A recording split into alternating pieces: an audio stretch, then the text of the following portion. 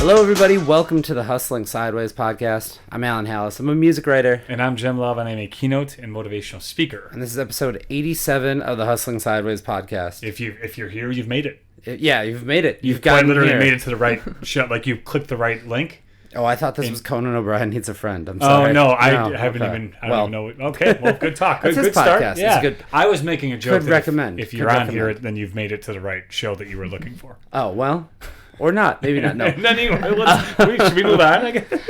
Hey, look, I'm a little delirious. I am literally days removed from Lollapalooza, and it is like that's kind of my last festival. And you went there to party, so we're clear. You do 1/3 and just hung 4-day banger or bender. It does end up being a party a little bit. No, but Alan had a press pass, and it was fantastic, yeah. and he covered it, but he did see me. Yeah, I got one Snapchat video from you that was see a chug, send a chug, and it went over very well. Yeah, so went over well. So that was like the last night, too. That's awesome. So, he's coming back to you. We're recovering on sleep, although I feel like sleep for you is relative because you have mornings where you wake up at like 3:30 and you're just up.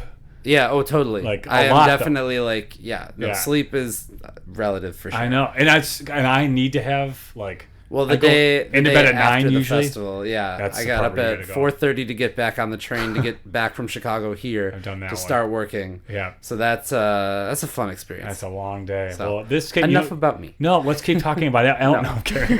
Enough about me.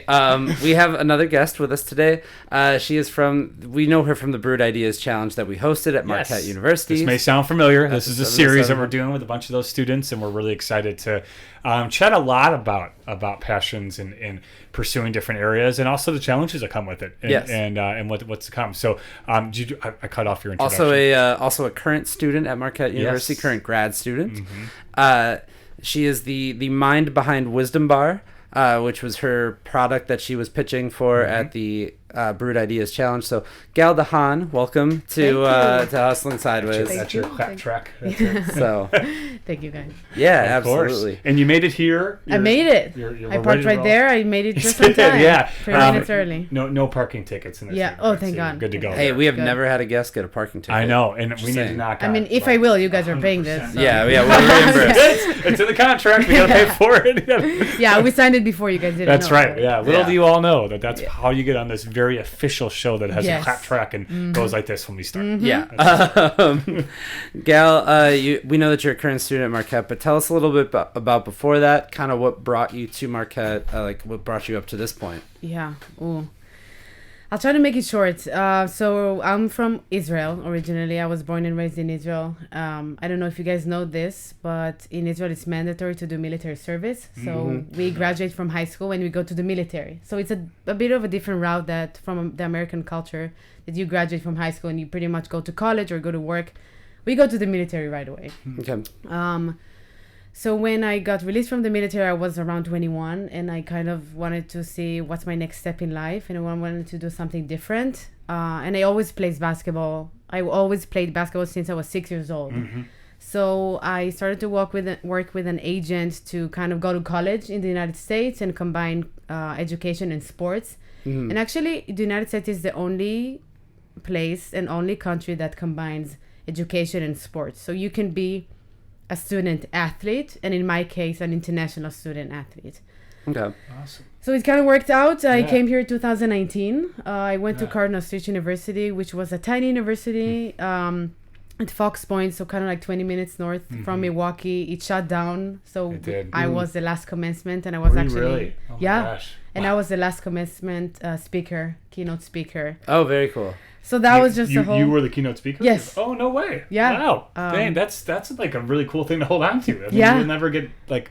I remember it closing, but to have that closed it down. We closed the gates. Did you drop the mic? I hope when you finished, because no one. No one told me that that's a thing. Oh yeah. The drop the mic thing. I learned it last week. Yeah. Actually. Oh gosh. Drop if the you mic. only can go back and do that. Well, let's just metaphorically say that you dropped the mic. I dropped the mic. We closed the gates. And you closed the gates. Yeah. That's wild. Okay. So Cardinal Stritch, and then that brought you to Marquette. Then after that, for grad school. So I graduated with double major in psychology and communications, and I wanted to stay in Milwaukee. I wanted to stay in the United States, and I wanted to pursue like the psychology route.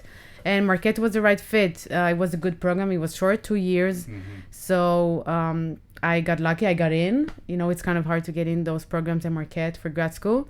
So here I am. That's nice. Great. No, very cool. When you said the agent that you work with, because when we think agent, we're thinking like, I have like the MBA in my head, or like, you know what I mean? Like that's just what I think what the American mindset goes to. Yeah. Is like so. How did that individual help you? Like, how did Marquette even get on the radar? As being a school that was a potential place for you. I mean, Marquette wasn't. So Marquette is the NCAA, which is the highest collegiate league. Mm-hmm. So I was in a lower league, which called the NAIA. This is what Cardinal Stritch was part of. So I think 2019 was not as coming as it today. Like today, we have a lot of like programs in Israel and like businesses that actually help athletes and to go and study abroad. So I worked with this individual guy that was very familiar with the rules and very familiar with the processes. Mm-hmm. So I decided I wanted to do it. So I did the SAT. So I started to learn from what you guys kind of do. It's kind of, I guess you know what that is. Yeah, it's like an exam. Down my spine. I haven't taken the SAT in about 15 years. Yeah, thank God you don't need to do that anymore.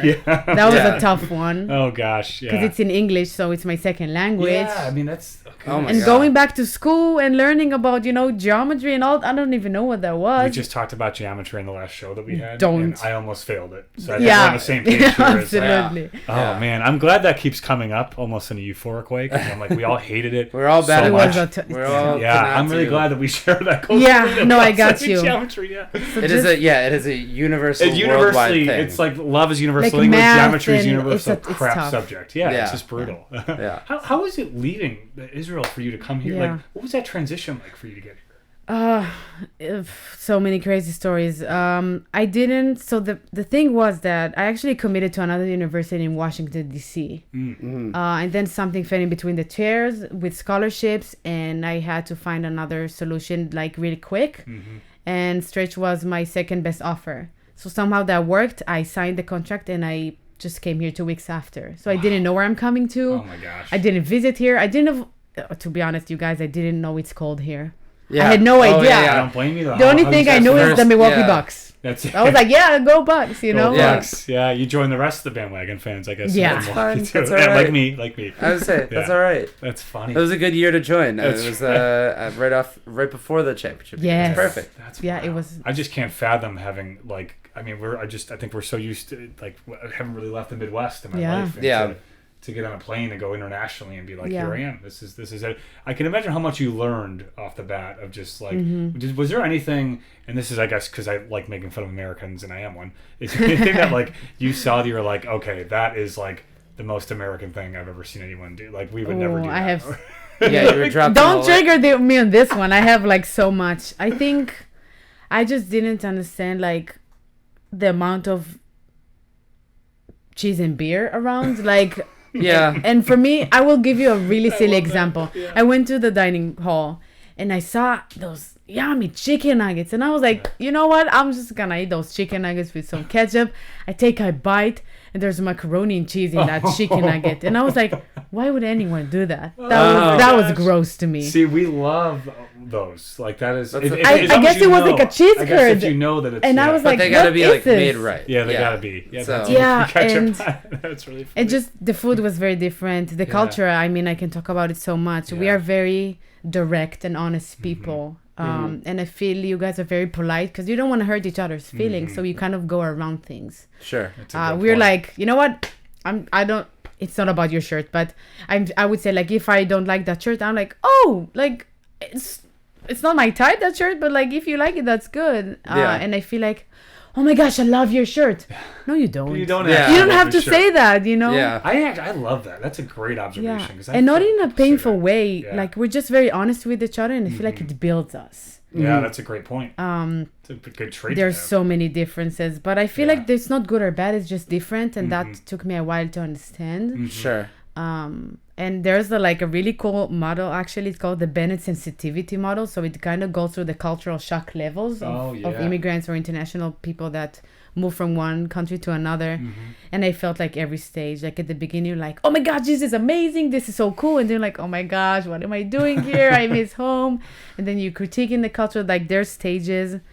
And I didn't really know what I'm going through, but I think at this point, I'm so happy that I survived. I also said it in my speech. Like, when I arrived to the United States, I called my dad, like, after a few months, and I'm like, there's no way I can do this. Like, I'm going home right now. I can't survive. Right. And I just took it day by day, and 4 years passed, and I graduated. And I truly think I wouldn't survive. But the experience was amazing. Being a basketball player in a collegiate level was so awesome. I learned so much. I mean, I met so many awesome people, and just overcoming the language barriers, the cultural barriers were really tough. I'm not going to lie. Oh, I had the most horrible nights of my life. Yeah. Loneliness and just feeling isolated. Yeah. On so many levels, but once you find your people, once you join the community that you're part of, it helps. Sure. That's great. Yeah, I mean, it's figuring it out, right? But then it's also figuring it out on a whole different level, because you're not even getting the normal college experience because you're also a student athlete. Yeah. So, you're getting something that maybe only a few hundred people in the whole country go through, as opposed to the thousands and thousands of college students, right? Like, it's Did you just find an entirely different was world. there a level of comfort in having like that structure in that group of fellow athletes that you could really like rely on? Did you find some solace in that as a community builder when you really first started in it? I think that was the greatest thing that held me together, because I mean, basketball was always the love of my life. It was like my biggest passion, and just from the beginning going into that school and like, okay, I have a team, I will have friends, and that's I wasn't like I had certainty. It's like, okay, I'm part of something, so that already helps. Right. Because I met my team right away. I had my coaches, and you're with that team every day on road trips and buses and hotels and just playing together. So that's a good like protective system to have with that loneliness, and just like, okay, we're here to play basketball together. We're teammates, and that helped me so much for sure. The structure and knowing like, when I go back to my dorm, I have an hour or to do something, and I have practice. I have a game, and that keeps you going sometimes. Yeah, and absolutely. not like think too much. Right. And you're doing something you like. You're playing basketball. Yeah, exactly. So that saved me, if I can be honest. For sure. Awesome. Transitioning into Marquette, and then obviously you had this. You had a project that you were working on this with WonderBar. WisdomBar, excuse me. Which was wonderful. Yes, there we go. No, that's fine. That works. There was a candy in America. It was Wonka Bar? Wait, no. WisdomBar, yeah. No, there was a candy in America that was, it was the Wonder Ball, where it had like... I think there's also a Wonder Bar. Maybe. I'm almost positive. Like, I thought that was just anyway, like a Willy But either way, Wonka. that's not what yours is. Yeah. Anyway, WisdomBar. WisdomBar. You're going to mess me. I'm guaranteed I'm going to say Wonder Bar at some point. No, I'm going to say it. Yeah. Wonka Bar? So, what? So WisdomBar, you had this idea, but before that, were you entrepreneurial at all? Did you ever think like, hey, I want to start some kind of business, or I want to have my own thing, or was that ever kind of in the cards for you? Yeah, I feel like one of the greatest influencers of my life was my dad. He always kind of followed a very untraditional path with jobs, and he always find his way to do his things in companies. So he was always this creative mind, always finding alternative ways to... People told him, like, this is the way. And he's like, you know what? Here's my way. And there's another way, and in a very creative and really cool structure. So... That's great. And also, I just feel like I kind of feel it like this my whole life. I don't really fit a lot of systems in like, this is the 9-to-5 job. You're sitting here and this is what you're doing. Like, for me, there's so much more to it. So, I mean, I always say my dream doesn't have a title, because I want to do so many things that are not in the structure that we know is a regular job. Like, oh, I want to be a nurse. How does that look like? We pretty much know how it looks like. Or I want to be a teacher. So I want to do different things. I want to do a lot of things that doesn't have a title, because it's going to be unique. And I will explain about it later. But I feel like I just kind of want to do my own thing in my own path. And just because I have so many ideas, and first of all, I have severe ADHD diagnosed from the age of 6. So I feel like I'm in a different world, and sometimes it doesn't fit the structure of a business. Yeah. And I want to give myself the opportunity to be creative and work with people the way I want. Have a business the way I want. And that might be a way for me for the future to just build my own thing. Yeah. Absolutely. And see how I can do it with people or society or organizations or whatever I'm going to do. Yeah. Sure. You're definitely not alone in the sense of the ADHD part. I mean, I think that honestly, a lot of entrepreneurs that I know, myself included, are somewhere along that line and are just constantly thinking of like, what can I, and so I think there's a mold that fits people that want to go just beyond like the normal, mundane things. And and I'm not surprised that that's the case, because I think that's a very, a lot of folks I know are similarly wound that way, that there's more I can do. I always had these in my head, like where can I go? So I'm totally with you on that one. Yeah, absolutely. Glad to hear that. Yeah. And then developing, so focusing in on WisdomBar and developing that for the Brewed Ideas Challenge. How much time did you have to put into that? And was that with, other things going on that you had to balance and make that all kind of work? And also walk us through what WisdomBar is and what originally, so I will answer this question and then that question. These are both really good questions. So first of all, yes, I was a full-time student. I had like a full load of school and internship. So that was really challenging. Before I entered the Brewed Ideas Challenge, I didn't actually know how much work it will require me to put. And that was really challenging because I was like I had so many assignments, and then I had this project, and it was tough to invest the energy in something that I wanted to do. But on the other side, I had things to submit due midnight. So like, where's the balance coming from? And I feel like I was not even that ready during the pitch event.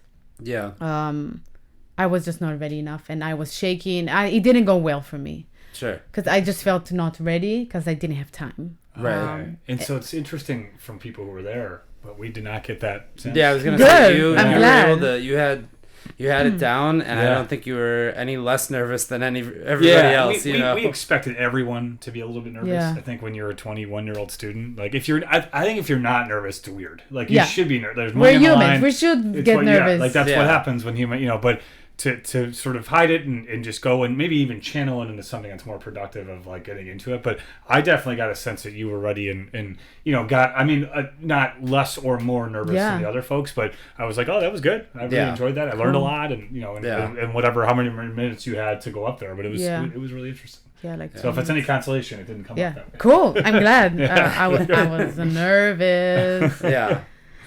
And then answering your question, do you want to say something? I was going to say, I was going to his question about kind of what WisdomBar, the idea was. Yes. Yeah. So originally with my dad and I thought about this, and we thought about like the lucky cookies, I think you call it, like in Chinese places. Fortune cookies. Yes. So you're like buying this meal and you're getting this cookie, and either if you eat it or not, you're always going to open the cookie. You just want to know what's inside. And even if you don't believe in this, you still want to see it. You're going to open that cookie and you're going to crack it and you're going to see what's inside. And sometimes there's really powerful messages that you're like, oh, that makes sense for right now in my life. And I feel like sometimes there's really cool messages, even though they might be like dumb or stupid sometimes. Sometimes they can be really powerful and motivational.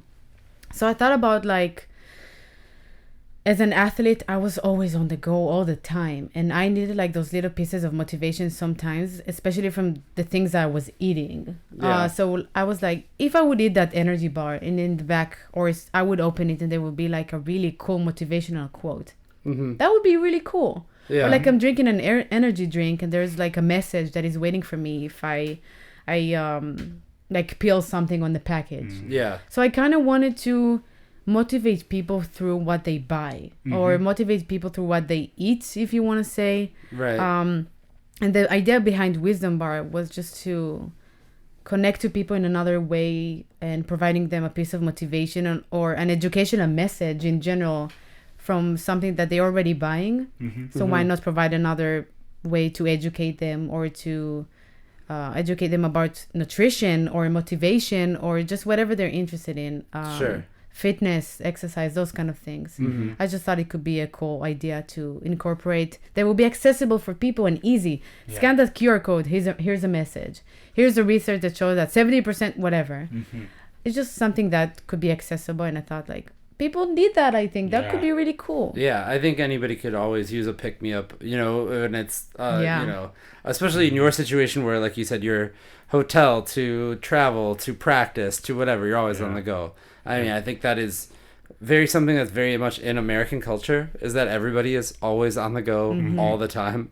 Especially, I don't know, in this room, I'm sure all of us are always pretty much on the go all the time, so we could see the benefit in that sort of thing.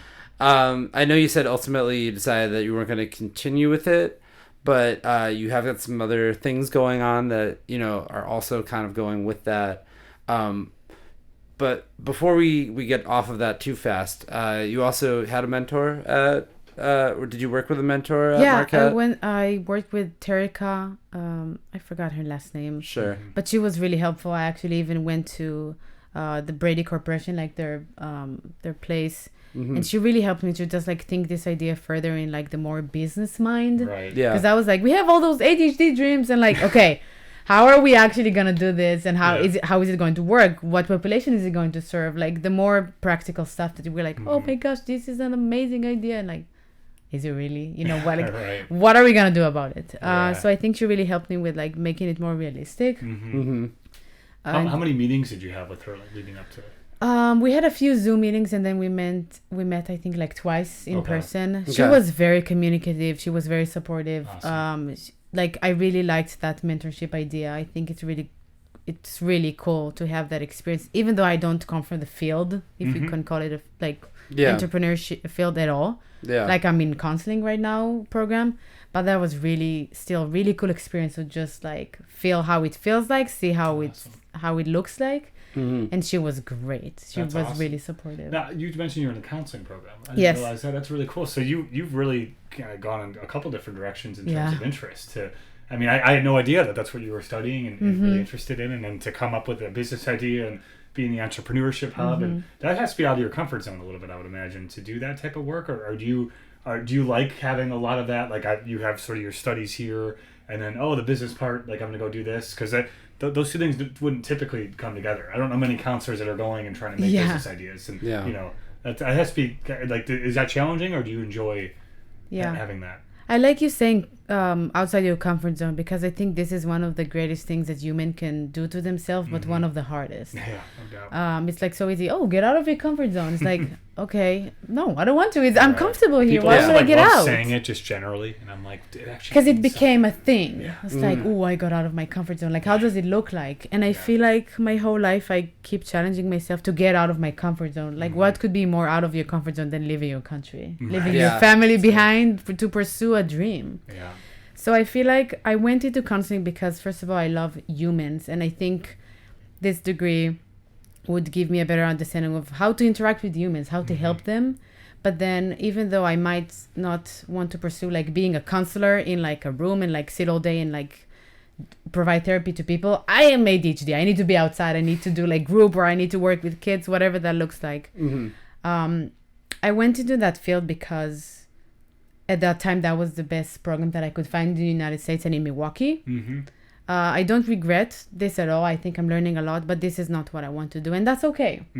And answering your question, it is out of my comfort zone, but I feel like at the end of the day, even if you're a business person, it doesn't matter what field you are, we're working with humans. Yeah. Right. Unless you're on the computer all day, working in IT or whatever that looks like, we are working with humans. And if you're going to have a better communication with humans, you will be able to look them in the eyes and see them as who they are and provide whatever knowledge you have and work.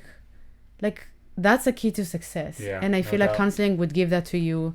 I want to do more stuff with sports, so I might take it to the route of sports psychology. That's a huge field. So improve performance through, like mental abilities of athletes that face so much anxiety and depression and all those kind of things. But yet again, I don't know what I'm gonna do. Yeah, but walking out with a degree is a really good place to start. I just needed a next step to stay legal in the United States too. We're international students. We're not citizens. We can't just stay here. Right. Yeah, that's a good point. So I think this was one point, and a lot of people don't think about, your American citizenship. Like, you have an American citizenship. You were born here. You're pretty lucky. Right. Right. And a lot of people that come from the outside need to face a lot of things. Like, I have to follow very certain rules if I want to keep my status here. Sure. It's regarding to work, regarding to some other things. But just having that opportunity, I feel blessed. Yeah, absolutely. And I think that you definitely have this, but do you think that coming from Israel, coming from overseas, like, that shifts your perspective on how you approach either, like, what you want to do or the fields that you want to go into, like, knowing that you're, have probably this different experience than so many other people in this country, especially coming, like I said, from Israel, like, does that shape how you look at things for, where you want to take things going forward too? Does that impact it? Yeah. I mean, I feel like, again, we're talking today is the 6th of August to 2024. And as of today, things are very difficult, especially being where I'm from and how the world's perceive me as who I am and where I'm from. Sure. Is a bit difficult and way more negative than it was in the past. I faced a lot of things that... I don't know if I want to talk about, but negative things that I never needed to face in the past. A lot of criticism. I lost a few friends just because of who I am and where I'm from. Yeah. And that sucks. That sucks. Yeah, But yet again, I think that, first of all, I have 2 languages under my belt. I'm fluent in Hebrew and I'm fluent in English. I think that expands my ability to talk with people from 2 different populations. So that's a really cool thing to have. Second, I think I saw more cultures because I'm from a different culture. Yeah. That gives me more, I wouldn't say ability, but maybe more, not even knowledge. I'm missing a word. That's my second language. Yeah, perhaps? Perspective and way of looking at people from different perspectives, I would say. Like an outlook too, yeah. Yeah, okay. And after even living here 5 years, I'm not the same I was in 2019 where I just arrived. Right. I think just people really appreciate people with different perspective and different experiences. And also, serving in the military, that brought me such unique experiences that most people don't go through unless, they're from Israel or other places that it's mandatory to serve. So for me, it's just, I want to believe that I will have the opportunity to work with people from different backgrounds, whatever. Like, I don't care how it's going to look like. At the end of the day, we're all humans, and I want to work with humans. Right. Again, I'm not an IT person that will work with computer. It just doesn't work for me, and that's okay. Yeah. I'm not sure what was your question, but... Well, that's kind of what I was leaning towards, was like, I think your way of seeing people is probably a little different because... we were born here, what I mean? Like, we don't take that, I guess, into account as much, or as, it's just something that we take for granted. Right. And probably not as much as part of our identity in the sense that, like, we're just used to being here with people who are also used to being here. Whereas I think for you come from such a different perspective, and it's part of your daily life that you have to think, that you probably think about that. It comes up way more often than it will come up that we are living in Milwaukee and are from here. Well, I'm from Chicago, but well, we boo your sports teams because you're from Chicago. That's okay. So. But I you see, I learned it here, and also Feb can be a freaking Israeli bastard too. So we're on the same page here. I call it. I'm a fabulous Illinois boy. That's Oh wow. Okay. All right. Guess who just made it up right now? Me. Yeah. Guess who's sticking with that? Me. Yeah. As you should. But I mean, like, I don't know. I think that you're able to see people on, like, a different level because you're able to connect on something that's not maybe geographically based. You know what I mean? You're like, we're all going to be people at the end of the day. And again, we have a lot of differences, cultural differences, from food to language to habits to thoughts, and that's fine. But I feel like just building the baseline of interest. So, for example, basketball, that connected us right away. Oh, yeah. It doesn't matter if we're speaking the same language. We all know how to dribble a ball. And we all know we need to put it in the basket. Let's communicate around that. That's a good point. Yeah. So I feel like if we have a similar areas of interest, and for me, again, I will dive into what I want to do soon. But I think that could be really powerful, just meeting different people and just showing that, hey, we can all be united. Doesn't matter our backgrounds, but we're humans. we're in. Yeah. And that's like great. my core belief in life that I'm trying to also incorporate in my counseling, like internship and just in general. Everything else. Yeah. So let's transition into what some of the things you're looking into now and some of the ideas you have, and maybe narrow it down to one or two that you feel like are going to be, really interesting parts to get involved with, and see if people have some similar interest out there too. I'd love to hear that. Yeah. So I was always interested in the combination of mental health and sports. So like, how do we combine the mental health area in the physical health area too, and combine those two? And what I'm saying with that is, how can we use physical exercise and, physical things to improve our feeling, to improve how we feel about ourselves, or how we feel in general with our bodies and our health? And one thing that I wanted to touch on because of my military job, so I was a fitness instructor guide, or fancy words, I was a combat fitness instructor. So I did 1 month of basic training, 3 months course of like everything that is related to fitness. So how to build a plan for soldiers to get stronger and build muscles to be ready for war. That's what we say. We learned how to climb ropes, jump walls. We learned about injuries. We learned about all the spectrum of fitness. And then we had to be the guides for my soldiers. Now my ADHD, where I was going with that? Oh, I know where I was going with that. And I looked at you and I'm like, you know what I mean? Yeah, you know what I mean. So one of the things that we learned in the military is something called Krav Maga, which is self-defense. Yeah, I've heard that one before too. So I fell in love with that area and I learned a lot about it. And I even have like a small certificate from the military related to self-defense. So I want to provide a place where we can learn self-defense. First of all, it increases your self-esteem so much. Second of all, it's actually practical for kids, for everyone to know how to protect yourself. Yeah, absolutely. In hostile situation and even basic situations that you guys don't even think about. And I'll tell a personal story. You're in a club and someone grabs your hand, and pulls you. Like, what are you doing? Yeah. And kind of, so these things are very physical, but what about the mental stuff? You freeze, you fly, you flight. Yeah. These are all mental stuff, and just combining those two worlds, I feel like I want to do something that is related to teaching self-defense or being an instructor, but also working with people with like exercise and fitness. Sure. How it's going to look, I'm not sure, you guys. I'll check in a year or two. Yeah, we got to hear more about that. But I feel like self-defense is one of the greatest things that you can provide to yourself as a human. Doesn't matter your gender, doesn't matter your age, your background, nothing. Just have it, feel comfortable walking in places, and just, life is so unexpected, Right. so unpredictable. And I will tell a personal story. My freshman year, so I was 22. I was at the bars, just drinking and partying with my friends, just hanging clubbing out. Here, just hanging out. And someone came in the back and just grabbed my hand and pulled me. Now, I was sometimes like, oh, it's my friend. She wants to call me, Right. So you first have to recognize, like, is this my friend? And I turned around and that was a person I didn't know, a male at this scenario. And I was like very confused, why would you do that? And there's a technique you can learn how to avoid it. And basically you turn your hand and you kind of pull. But many cases people freeze. Yeah, I bet. Yeah. You're so shocked. Yeah. And like, who is this? Why is this person grabbing my hand? And that's a small scenario, right? Yeah. Like, what if someone comes and push you? What if someone comes and like get in my car right now? There's so many scenarios. I don't even need to say it. But at that point I knew what I needed to do. And I did that. And I solved the situation right away. Everything was fine. But it starts from the simple stuff. But I feel like self-defense is so important. Again, especially nowadays with the world kind of going crazy.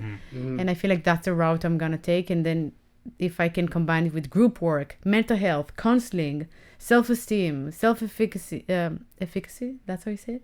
Efficacy. Yeah. Yes. Motivation, self-worth, and just like lifting people through those things. That's great. That would be It's really cool. Yeah, it's empowering very people. Yeah. I was gonna say that I think is a common thread of all of what you said, both sides of it. The physical side, but also the mental side. Yeah. Like you want to uplift people, empower them, make them feel safer. Yes. You know, it comes from a place of, I know we're talking defense and things like that, but it comes from a place of wanting somebody to be better. You know what I mean? Like, be able to be confident in themselves, kind of. And just provide also something fun. It doesn't have to be so serious. There's so many scenarios that you can do, like even boxing with those kind of things, and learn how to, it sounds weird, but to punch, right? But also make it fun, like with music and boxing and like an exercise. Yeah, that's the thing. The dopamine is flowing around your brain. You're happy. Like, just make it engaging, educational, and fun too.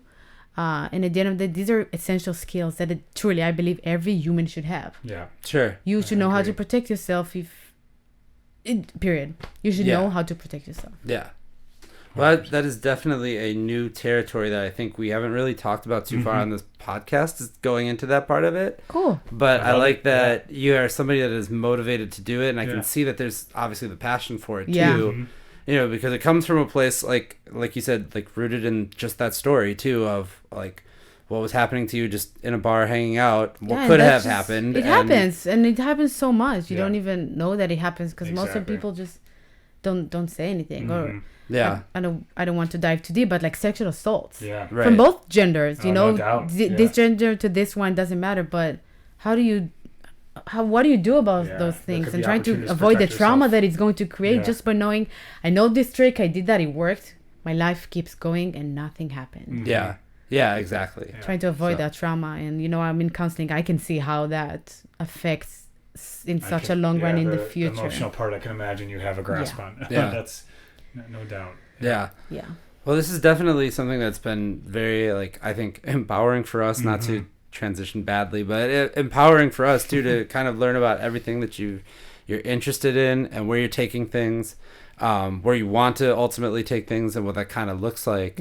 How much more school do you have on top of this? Good question. I'm graduating in May 2025. Okay. So like 9-10 months. Okay. Right. That's gonna go by so I know. fast. The summer already went so fast. That's wild. Yeah. I'm trying to like enjoy the moment, and even though I hate doing assignments, but just like to be a student and still be around people, and just like being in a system. Yeah. Just avoid geometry. Otherwise, you're gonna. Yeah. There we go. Nope.